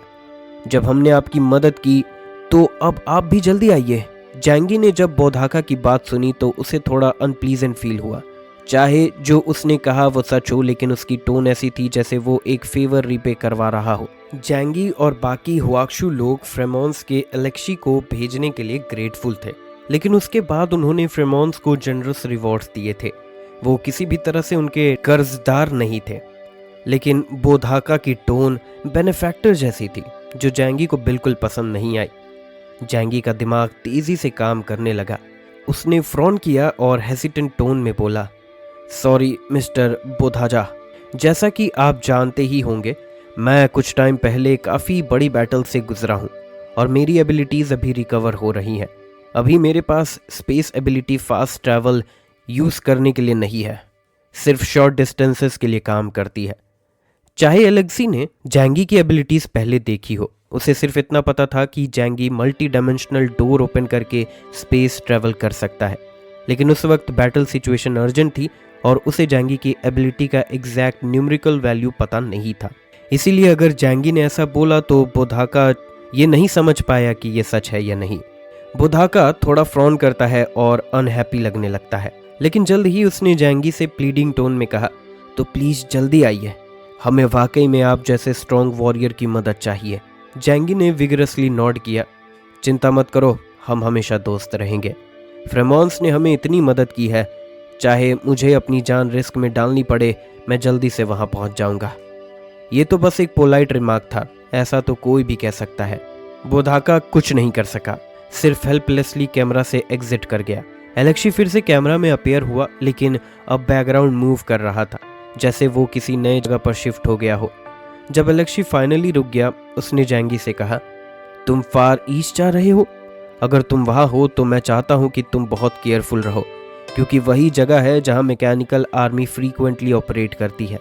चाहे उनकी मेन फोर्सेस कल कैरन सिटी के पास पहुँच गई हो, लेकिन वो लोग बहुत एल्यूसिव हैं।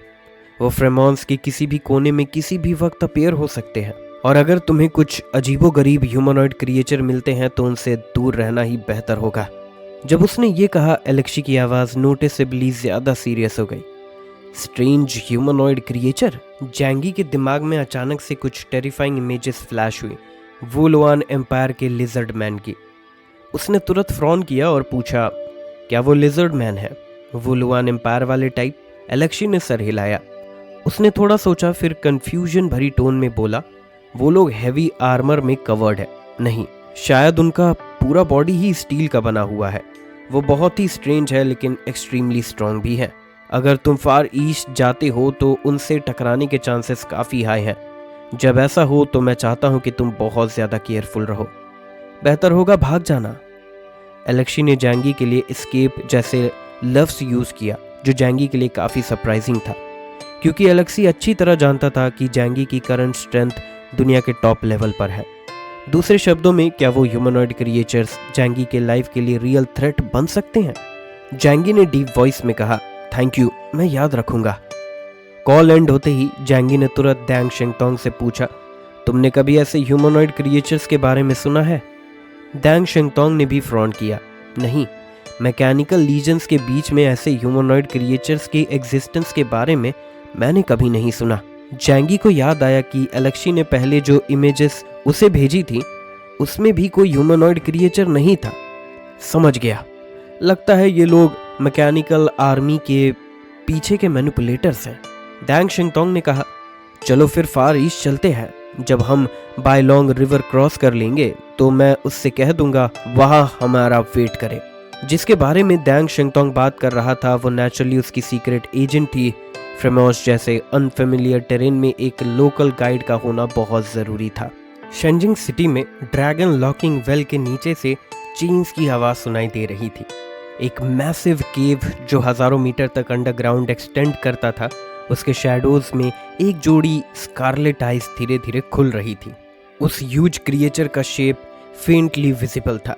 जैसे ही उसका बॉडी धीरे धीरे मूव कर रहा था, उसके स्केल्स के बीच फ्रिक्शन से एक क्रीपी सी साउंड निकल रही थी, जो चेन्स के कोलाइड होने की आवाज़ के साथ मिक्स हो रही थी। वो आंखें सीधा आगे देख रही थी और दो फिगर्स धीरे धीरे उसकी तरफ वॉक कर रही थी। हो तू एक ब्लैक और रेड क्लोक पहने हुए थी और शेंग दाओवेन उसके बगल में खड़ा था। दोनों लोग उस जायंट क्रिएचर से कुछ डजन्स ऑफ मीटर दूर रुक गए। तुम लोग फिर से यहाँ क्या कर रहे हो? इंसानी अल्फाज उस जायंट क्रिएचर के मुंह से निकले और वो बिल्कुल क्लियर मैंडरिन में थे। होतू ने शैडोज में छुप के उस मैसिव क्रिएचर की तरफ देखा और धीरे से बोली, बाहर की दुनिया में कुछ अजीब हो रहा है, क्या तुम्हें पता है? शैडो के अंदर छुपा हुआ वो क्रिएचर थोड़ा इम्पेशेंट हो गया। तुम हमेशा मुझे ऐसे ट्रबलसम चीज़ों के साथ डिस्टर्ब करती हो, होतू ने कामली कहा। ये तो वो कॉन्ट्रैक्ट है जो तुमने हुआक्शु कंट्री के साथ किया था, है ना? जायंट क्रिएचर ने इरिटेबली स्नॉट किया। लेकिन इस दुनिया में मेरे लिए जगह है। जल्द ही मैं यहाँ से निकल जाऊंगा और तुम्हारी ज़रूरत नहीं रहेगी। होतू ने अपना सर उठाया जैसे वो हैवी अर्थ के पार आसमान को देख रही हो। फिक्र मत करो, वो दिन अभी नहीं आया और मुझे लगता है अभी नहीं तो बाद में तुम्हें हमारी मदद की ज़रूरत पड़ेगी। तो क्या तुम मुझे बता सकते हो कि नॉर्थ के उस ठंडे रीजन में क्या हो रहा है? होतू के सवाल के सामने वो जायंट क्रिएचर ने डायरेक्ट आंसर नहीं दिया। उसने बस अपना सर अपने स्केल्स के अंदर कर्ल कर लिया और उसकी आवाज़ डल और स्लो थी। पता नहीं। होतू और शेंग दाओवेन दोनों ने फ्रॉन किया, लेकिन उनके कुछ और बोलने से पहले ही जायंट क्रिएचर ने कहा, लेकिन मैं तुम्हें वॉर्न करता हूँ, वहाँ कुछ बहुत ही टेरिफाइंग चीज़ है, उन्हें मत छूना। टेंस ऑफ मिलियंस, वहाँ मत जाना, हम जैसे लोग भी उनसे डरते हैं। ये कहने के बाद वो जायंट क्रिएचर अचानक से इरिटेट हो गया। चले जाओ। होतू और शेंग दाओवेन उसके मूड स्विंग्स की आदत में है, इसीलिए उन्होंने बिना कुछ कहे रिट्रीट ही बेहतर समझा। एलिवेटर से वापस ग्राउंड के सरफेस पर आने के बाद हो तू ने शेंग दावन से पूछा, तुम्हें क्या लगता है इस बारे में? शेंग दावन ने सॉफ्टली कहा, अगर वो भी ऐसा कह रहा है तो मुझे लगता है हमें रिस्क नहीं लेना चाहिए। आखिर तुम्हारा बॉडी अभी अभी रिकवर हुआ है। ऊपर से हमें ये भी नहीं पता कि आसमान में जो चीज़ है वो दोस्तों वाली है या दुश्मनों वाली। हम दोनों शेंजिंग नहीं छोड़ सकते। होतू ने थोड़ा सा फ्रॉन किया और उसके दिमाग में जैंगी और यान शिनचिंग की इमेजेस फ्लैश हुई, लेकिन वो लोग तो वहां से गुजर गए। शेंग दावन ने आसमान की तरफ देखा और कुछ देर बाद एक लंबी सांस ली। उसकी सांस ठंडे टेम्परेचर में एक थिक वाइट मिस्ट में बदल गई। केओस एक ऐसा इंसान है जो कभी खुद को डेंजर में नहीं डालता। उसकी एबिलिटी दुनिया की सबसे पावरफुल सेल्फ प्रोटेक्शन एबिलिटी है। उसके लिए चिंता करने की ज़रूरत नहीं है, उन्हें पहले जाने दो। अगर वहाँ कुछ बेनिफिट मिलता है तो हम बाद में जाने में लेट नहीं करेंगे। हो तू ने कुछ देर सोचा और फिर नोट किया। वाक्शु किंगडम के अलावा दुनिया के सभी मेजर कंट्रीज और फोर्सेस को ये इनविटेशन मिल चुका था। वेस्टर्न यूरोप के बाबिल के होली सी में पोप अलेक्जेंडर एक्स एक सिल्वर वाइट थ्रोन पर बैठा था। उसका वाइड वाइट सिल्क रोब गोल्डन पैटर्न से इनलेड था, जो उसे सैक्रेड और लग्जूरियस बना रहा था। लेकिन उसके चेहरे की ओल्ड चिकन स्किन और ड्राई नेल्स का कॉम्बिनेशन लोगों को एक अजीब सी फीलिंग देता था। हिज होलीनेस दी पोप होली नहीं लगता था, बल्कि एक डाइंग ओल्ड मैन जैसा लगता था। उसके सामने एक ब्लू ट्रांसपेरेंट 3 डायमेंशनल स्क्रीन पर फ्रेमोन्स का लेटर फॉर हेल्प डिस्प्ले हो रहा था। उसकी आंखों की सफ़ेदी उसके पूरे आईबॉल पर छाई हुई थी, सिर्फ एक छोटी सी प्यूपिल बची थी। हेल्प रिक्वेस्ट को देखते हुए उसके चेहरे पर एकदम ब्लैंक एक्सप्रेशन था, लेकिन जितना ज़्यादा वो ऐसे दिखता था उतना ही ज़्यादा टेरिफाइंग फील होता था, जैसे एक रेजरेक्टेड मम्मी हो। उसके पीछे एक यंग और हैंडसम ब्लोंड लड़का खड़ा था, जो सिर्फ 15 या 16 साल का लगता था। उसने अपना सर जेंटली और रिस्पेक्टफुली झुकाया हुआ था, हिज होलीनेस दी पोप के ऑर्डर का इंतजार करते हुए। और थ्रोन के नीचे टेंपल के रेड कारपेट पर डजन से ज़्यादा स्टेप के डिस्टेंस पर 4 अलग अलग शेप्स के फिगर खड़े थे। एक टॉल बिशप जो रेड रोब में था, उसके चेस्ट पर सिल्वर क्रॉस था और हाथ में एक थिक क्लासिकल होली स्क्रिप्चर था। एक नाइट जो सिल्वर टेम्पलर यूनिफॉर्म पहने हुए था, उसके वेस्ट पर एक Holi silver cross 2 handed shard लटक रहा था। बाल नीटली हेयर ऑयल से कॉम किए हुए थे और उसका पतला चेहरा डेड फिश आइज के साथ बिल्कुल इमोशनलेस लग रहा था। एक मिडिल एज्ड प्रीस्ट जिसका हाइट लगभग 2 मीटर था, पूरे सिल्वर बालों के साथ कम से कम 50 साल का लगता था, लेकिन एक बियर की तरह स्ट्रांग था। उसके ओपन वाइट कैसॉक के अंदर उसके वेस्ट पर गन का हैंडल क्लियरली दिख रहा था, और एक एक्सट्रीमली ब्यूटीफुल नन जो ब्लैक नन्स क्लोथिंग में थी और अपनी आंखें बंद करके पोप के ऑर्डर्स का इंतजार कर रही थी। पोप ने कैजुअली हेल्प लेटर को पढ़ा, फिर अपनी आंखों के 2 पीपल्स को नीचे खड़े 4 लोगों की तरफ घुमाया। वाक्शु कंट्री का ट्रबल अभी अभी रिजॉल्व हुआ है और अब फ्रेमोन्स फिर से अंडरग्राउंड सिविलाइजेशन के अटैक में आ गया। ये लोग जो हेल में रहते हैं, डीमंस के साथ कॉन्ट्रैक्ट साइन करते हैं और इतने हम्बल तरीके से सरवाइव करते हैं। ये लोग एक मोमेंट के लिए भी रुकना नहीं जानते। जैसे ही उसने ये कहा, नीचे खड़े 4 लोगों में से वो ब्लरी मिडिल एज प्रीस्ट अचानक से ग्रीन करने लगा। उसने एक हाथ अपने चेस्ट पर रखा और बो किया। योर होलीनेस, प्लीज मुझे नाइट्स टेम्पलर लीड करने की परमिशन दे, चाहे वो अंडरग्राउंड वर्ल्ड के हेरेटिक्स हो या वो लोग जो गॉड्स की बात नहीं मानते। मैं उन्हें दिखाऊंगा कि गॉड के द्वारा दिया गया पावर कितना पावरफुल होता है। पोप ने उस मिडिल एज्ड मैड डॉग की तरफ देखा और उसके ड्राई माउथ के कॉर्नर्स धीरे धीरे कर्ल हो गए। एक्साइटेड मत हो फादर ऑर्लियन, चाहे वो डिस्पिकेबल डीमन सर्वेंट्स धूप में अपेयर करने की हिम्मत ना रखते हो, लेकिन उनके पास ग्रेट पावर है। चाहे तुम अपोकलिप्स के नाइट हो, उनके साथ केयरलेस होने की गुंजाइश नहीं है। नाइट ऑफ वॉर, जो रीजन ऑफ द होली सी के 4 हॉर्समैन ऑफ द अपोकलिप्स में से एक है, कोरी ओरायन, जिसे प्रीस्ट ऑफ डिसिपल भी कहा जाता है, ग्रिमली लाफ करता है। योर मैजेस्टी, मैं जो गॉड में डेवोटेडली बिलीव करता हूँ, मैं जस्टिस और लाइट का एम्बॉडीमेंट हूँ। एब्सोल्यूट जस्टिस जरूर दुनिया के सारे ईवल को एलिमिनेट करेगा। सिंस का भी जजमेंट होना चाहिए। पोप ने अपना एल्बो थ्रोन पर रेस्ट किया, एक हाथ से अपने चेस्ट पर साइड को सपोर्ट किया, लेकिन ऑर्डर्स बिल्कुल कामली दिए। ओरायन, मेरे पास तुम्हारे लिए दूसरा टास्क है। फ्रेमोन के लिए इस बार उसने अपना लेफ्ट हैंड उठाया और नीचे खड़े 4 लोगों में से रेड रोब वाले टॉल मैन की तरफ फिंगर पॉइंट किया। जिनजिंग चर्च का cardinal death knight Arnold Olib. Bishop Olib को इस बार ये करने दो। फादर ओरायन का एक्सप्रेशन तुरंत डिससैटिस्फैक्शन में ट्विस्ट हो गया और उसने ओलिब की तरफ विशियसली ग्लैंस किया और ओलिब ने बस एक्सप्रेशनलेस फेस के साथ बो किया। मैं आपके ऑर्डर्स फॉलो करता हूँ your majesty the supreme pope. Pope चुप हो गया। उसके पीछे खड़ा हैंडसम बिशप आगे आया, अपने हाथ पीछे बांध कर बोला, बिशप ओलिब यहीं रुकेंगे, बाकी सब प्लीज अब टेंपल से चले जाएं। नन और डेड आइड नाइट के चेहरे पर कोई एक्सप्रेशन चेंज नहीं हुआ। उन्होंने बस सैल्यूट किया और रिट्रीट कर गए। चाहे father Orion priest of डिस्पिल olive को डिससैटिस्फैक्शन से काफी देर तक देखता रहा, लेकिन आखिर में वो भी ओबीडियंटली टेंपल से निकल गया।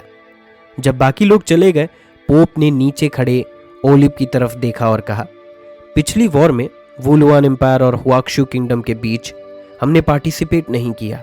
हमारी प्रिडिक्शन के मुताबिक हुआक्शु किंगडम को एक्सट्रीमली पेनफुल लॉसेस होने वाले थे, लेकिन मुझे ये उम्मीद नहीं था कि उनके कंट्री की अंडरग्राउंड सिविलाइजेशन एक्चुअली हेल्प करेगी। हमारे प्लान्स कंप्लीटली खराब हो गए। इस बार ऐसे किसी चीज को दोबारा होने से रोकने के लिए तुम एक एलाइड टेम्पलार नाइट्स की टीम को लीड करोगे। असल में जब हुआक्शु किंगडम और वुलुआन एम्पायर के बीच वॉर हो रही थी, बैतिंगांग सिर्फ साइड से देख रहा था। उनका प्लान था कि जब हुआक्शु किंगडम हैवी लॉसेस फेस करे तब वो सेवियर बनकर एक्शन ले। एक तरफ वो मैक्सिमम बेनिफिट ले सकते थे और दूसरी तरफ इस अपॉर्चुनिटी का यूज करके जिनजिंग चर्च को हुआक्शु किंगडम का स्टेट रिलीजन बना सकते थे। और ये सब कुछ डिस्ट्रॉय हो गया बायलोंग जी के सडन अपीयरेंस की वजह से। ओलिब ने बो किया और कहा, मैं समझता हूँ। पोप की आवाज़ धीरे से आई, जब तुम वहाँ पहुँच जाओ तो तुम्हें कैसे काम करना है ये मैं नहीं बताऊंगा, लेकिन उस मिस्टीरियस मैकेनिकल सिविलाइजेशन के अलावा एक और चीज़ है जो तुम्हें भूलनी नहीं चाहिए। ओलिब की आंखों में एक शार्प लाइट फ्लैश हुई। फ्रेमोन्स में जो चेंजेस आए हैं उनके पीछे हितोमी ऑर्गेनाइजेशन के लोग ज़रूर इन्वॉल्व हैं। मैं उनके लोगों को ढूंढ निकालूंगा और ज़रूरत पड़ी तो उन्हें ख़त्म भी कर दूंगा। पोप ने सेटिस्फैक्शन के साथ नॉड किया। वो ऑर्गेनाइजेशन जब तक सरवाइव कर रही है, लाइट के नीचे शैडोज में छुपी हुई, वो उन अंडरग्राउंड रैट्स जैसे ही है जो डेविल के साथ कॉन्ट्रैक्ट करते हैं। एक दिन उन्हें भी गॉड के जजमेंट का सामना करना होगा। सिर्फ हम जो गॉड में डिवोटेडली बिलीव करते हैं वही बचेंगे। कार्डिनल टेंपल से बाहर निकला। बाहर अब भी स्नो हो रही थी, लेकिन स्क्वायर पर ज्यादा स्नो नहीं था। ये सैक्रेड जगह हमेशा एक्सेप्शनली क्लीन रखी जाती है, बिल्कुल वैसे जैसे लोग एक स्नो वाइट पैराडाइस इमेजिन करते हैं। कार्डिनल बाहर आया और देखा कि father Orion priest of Dispil square में खड़ा है। उसकी बैक उसकी तरफ थी। ओलिव जानता था कि ओरायन उसका इंतजार कर रहा है, इसीलिए वो स्टेप से नीचे आया। ओलिव की अपीयरेंस को सेंस करते ही ओरायन ने टर्न किया और एक mouth full snow white teeth दिखा दिए। वो एक मैन ईटिंग बीस्ट जैसा लग रहा था। उसके सिल्वर हेयर आसमान की तरफ उड़ रहे थे। ओलिव, तुम फ्रेमोन्स के लिए निकल रहे हो? ओलिव ने कामली जवाब दिया, पहले अपना काम संभालो। दुनिया दिन ब दिन कम पीसफुल होती जा रही है। जब मैं चला जाऊं तो बैतिंगांग को प्रोटेक्ट करना तुम्हारा काम है। क्या मुझे ये बताने की जरूरत है?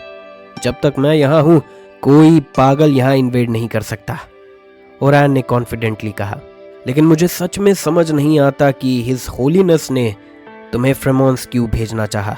उसने अपना सर ओलिव के करीब लाया और कोल्ड टोन में बोला, आखिर तुम बहुत ही इनडिसिसिव हो। अगर मैं होता तो उन हेरिटेक्स को जस्टिस के साथ पनिश करता। ओरायन ने ओलिव को घूरा। वो जानता था कि ओलिव एक एक्सट्रीम बिलीवर है, जिसके थॉट्स उसकी फाइटिंग एबिलिटी जितने ही फ्राइटिंग है। फिर भी ओलिव ने कामली कहा, अभी हम कई क्राइसिस फेस कर रहे हैं। हितोमी ऑर्गेनाइजेशन के लोग अभी भी यूजफुल हैं और इस वक्त उनके साथ वॉर करना अप्रोप्रिएट नहीं होगा। वो जानता था ओरायन किस बात की तरफ इशारा कर रहा था। ऑफ कोर्स वो लोग हितोमी ऑर्गेनाइजेशन के एग्जिस्टेंस के बारे में जानते थे, लेकिन उस ऑर्गेनाइजेशन के टॉप लीडर्स काफ़ी मिस्टीरियस थे, हिडन आइडेंटिटीज के साथ। पिछले हजारों सालों से जिनजिंग चर्च हमेशा दोनों ऑर्गेनाइजेशन के बीच डोमिनेंट पोजीशन में रही है और वो हमेशा सनलाइट में खड़ी रहने लायक बनी रही। लेकिन दुनिया के एंड के बाद सिचुएशन चेंज होने लगी। आज के टाइम में कई हाई लेवल एलियंस भी उनके साथ जुड़ चुके हैं और ये जुनजिंग चर्च के लिए बिल्कुल अच्छी न्यूज़ नहीं है। ओरायन ने अपना चेहरा कोल्डली ओलिव के करीब लाया, अपना सर थोड़ा टिल्ट किया और उसकी आंखों में आंखें डालकर वर्ड बाय वर्ड कहा, उनके साथ काइंडनेस दिखाना एक बहुत ही गलत आइडिया है। ओलिव, ब्रिटेनिया का किंग ऑर्थर कंफर्म हो चुका है कि वो हितोमी ऑर्गेनाइजेशन का मेंबर है। अगर तुम उसे फ्रेमोन्स के बैटल फील्ड पर मिल जाओ तो बेहतर होगा कि तुम उसे मार डालो। ओलिव ने अपनी आंखें बंद की और धीरे से बोला, हिज होलीनेस दी पोप ने कहा है कि बैटल फील्ड पर मैं अपने हिसाब से डिसाइड कर सकता हूं कि क्या करना है। तुम थोड़ा ज्यादा इंटरफेयर कर रहे हो। ये कहकर उसने अपने लार्ज रेड रोब झटके से फैला दिए और ओरायन के पास से वॉक करते हुए दूर चला गया। ओलिव की आंखों में कोल्डनेस आ गई। उसने अपने कोल्ड रेजिस्टेंट मटेरियल से बने राउंड ग्लासेस को पुश किया और मरमर किया, जिद्दी बेवकूफ, लगता है मुझे